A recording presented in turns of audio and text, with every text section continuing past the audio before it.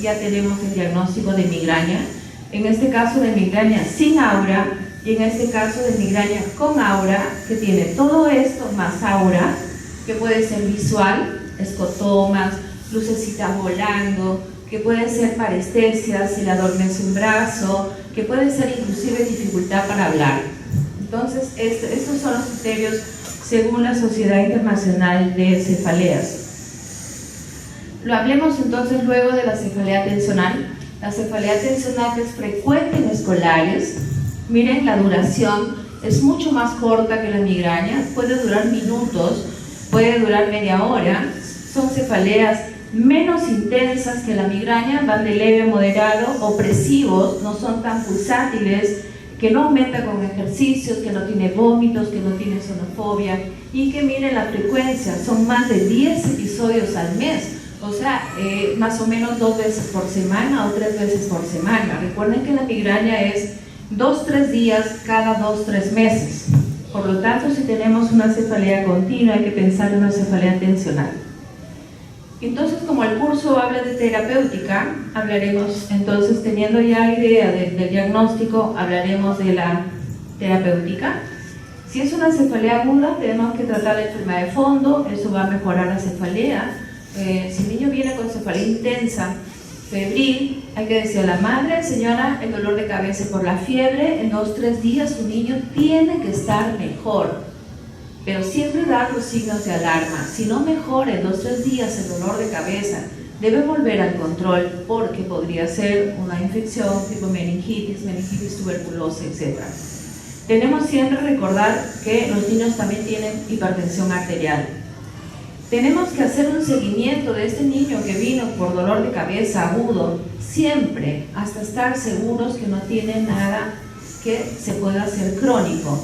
Si el examen neurológico es normal, tenemos que hacer seguimiento a aquel niño que viene por cefalea, porque podría ser el debut de una cefalea crónica, inclusive de una masa intracraneal. Por lo tanto, una cefalea aguda siempre requiere un control en algún momento para ver si no es una cefalea aguda recurrente. Una de las primeras cosas en el tratamiento es tranquilizar al paciente, especialmente si es aguda febril. Señora, esto es una gripe, va a mejorar su dolor de cabeza, no se asuste, pero a veces en realidad esto acaba en neuropediatría.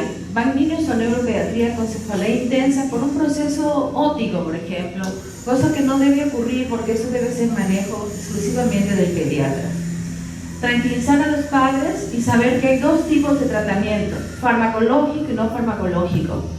A veces no damos importancia al tratamiento no farmacológico, pero el cefalea va a ser fundamental, si no, no vamos a tener éxito en nuestro tratamiento. No todo es pastillas, digamos aquí.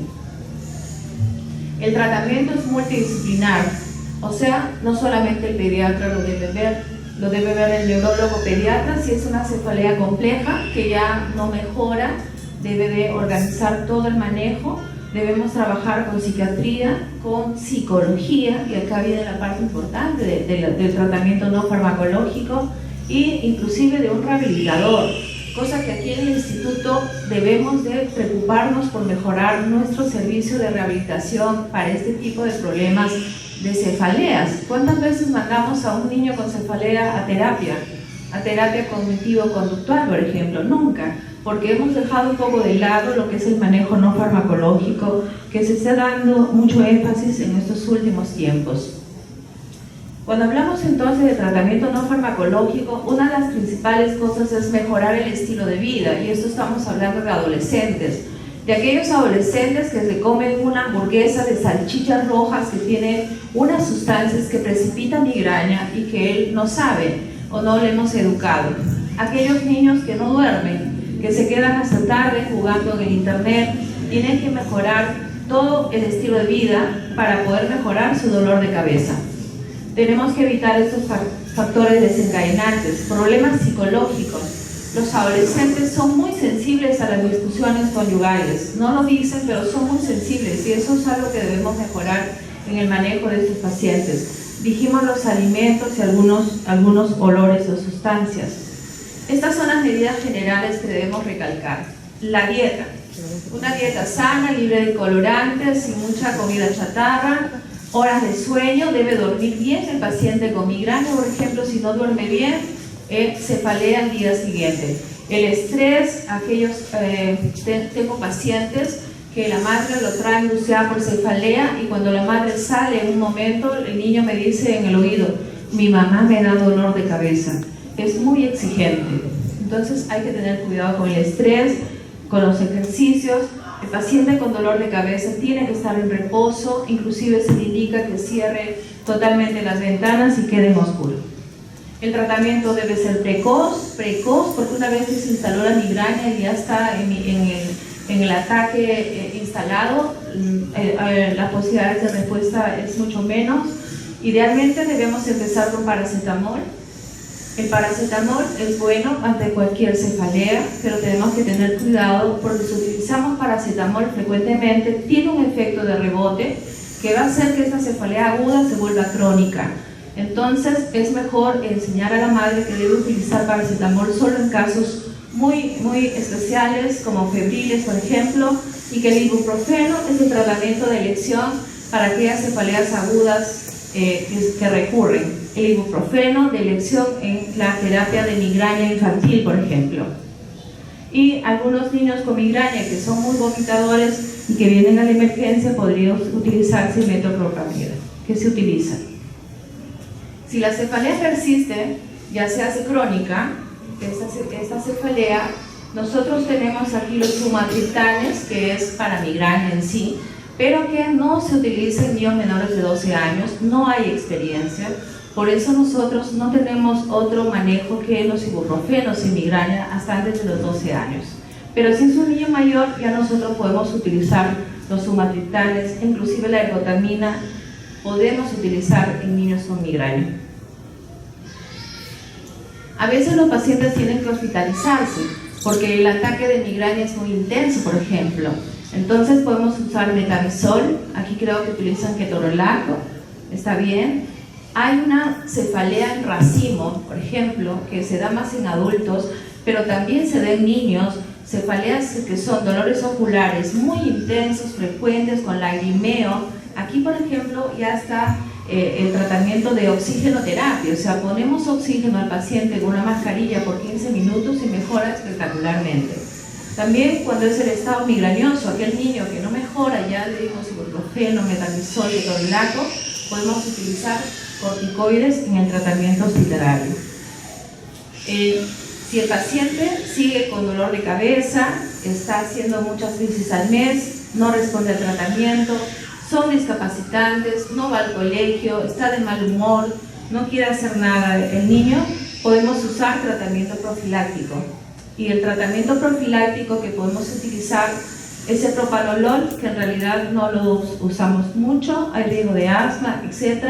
La flunaricina, que sí usamos regularmente como preventivo en los pacientes con migraña. Los anticonvulsivantes como el ácido valproico o el topiramato, realmente el topiramato tiene algunos efectos adversos que los padres al segundo día ya le están retirando, por lo menos no hay mucho éxito. El ácido valproico tenemos que tener cuidado porque si es una niña puede hacer ovarios poliquísticos o hay que tener cuidado con la teratogenicidad.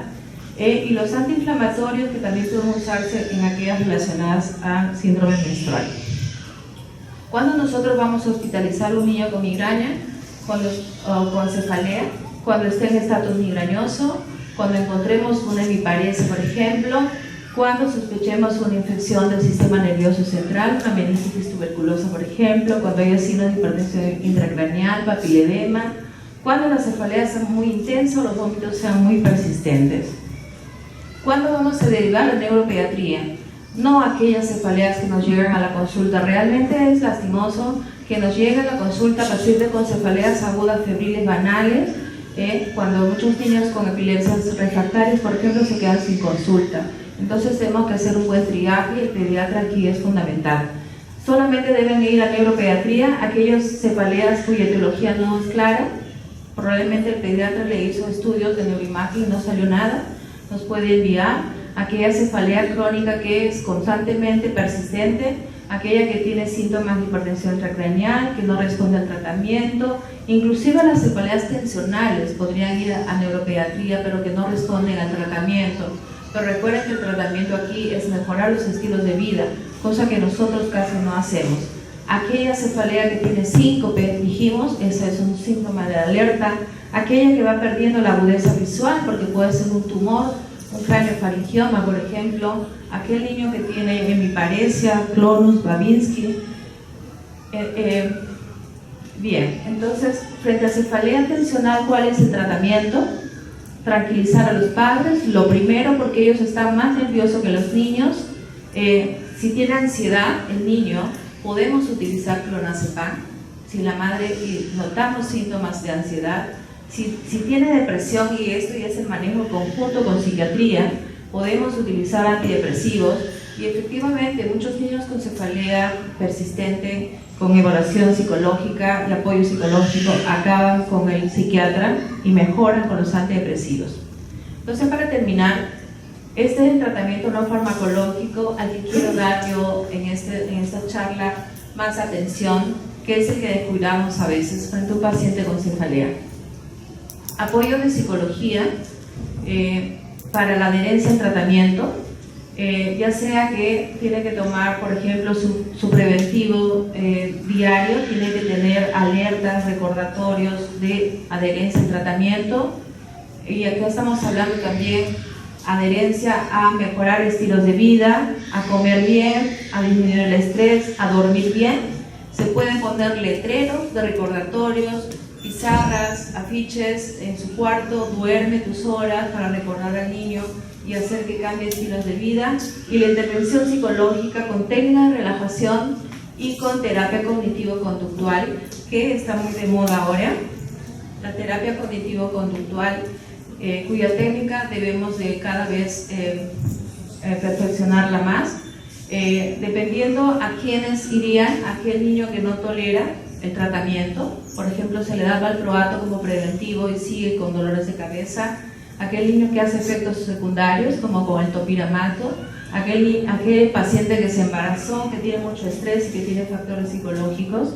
Entonces, psicología es un gran apoyo en pacientes con cefalea crónica. Concluyendo entonces, cuando tenemos un paciente con cefalea, lo primero es descartar que no sea causa pediátrica, examinar bien el oído, la nariz, los dientes, que no sea tensional, mucha tensión ahora en nuestros niños, que no sea migraña, o que no sea esto que es lo más temible, que no sea una cefalea progresiva tipo un proceso expansivo cerebral. Muchas gracias por su atención y alguna pregunta.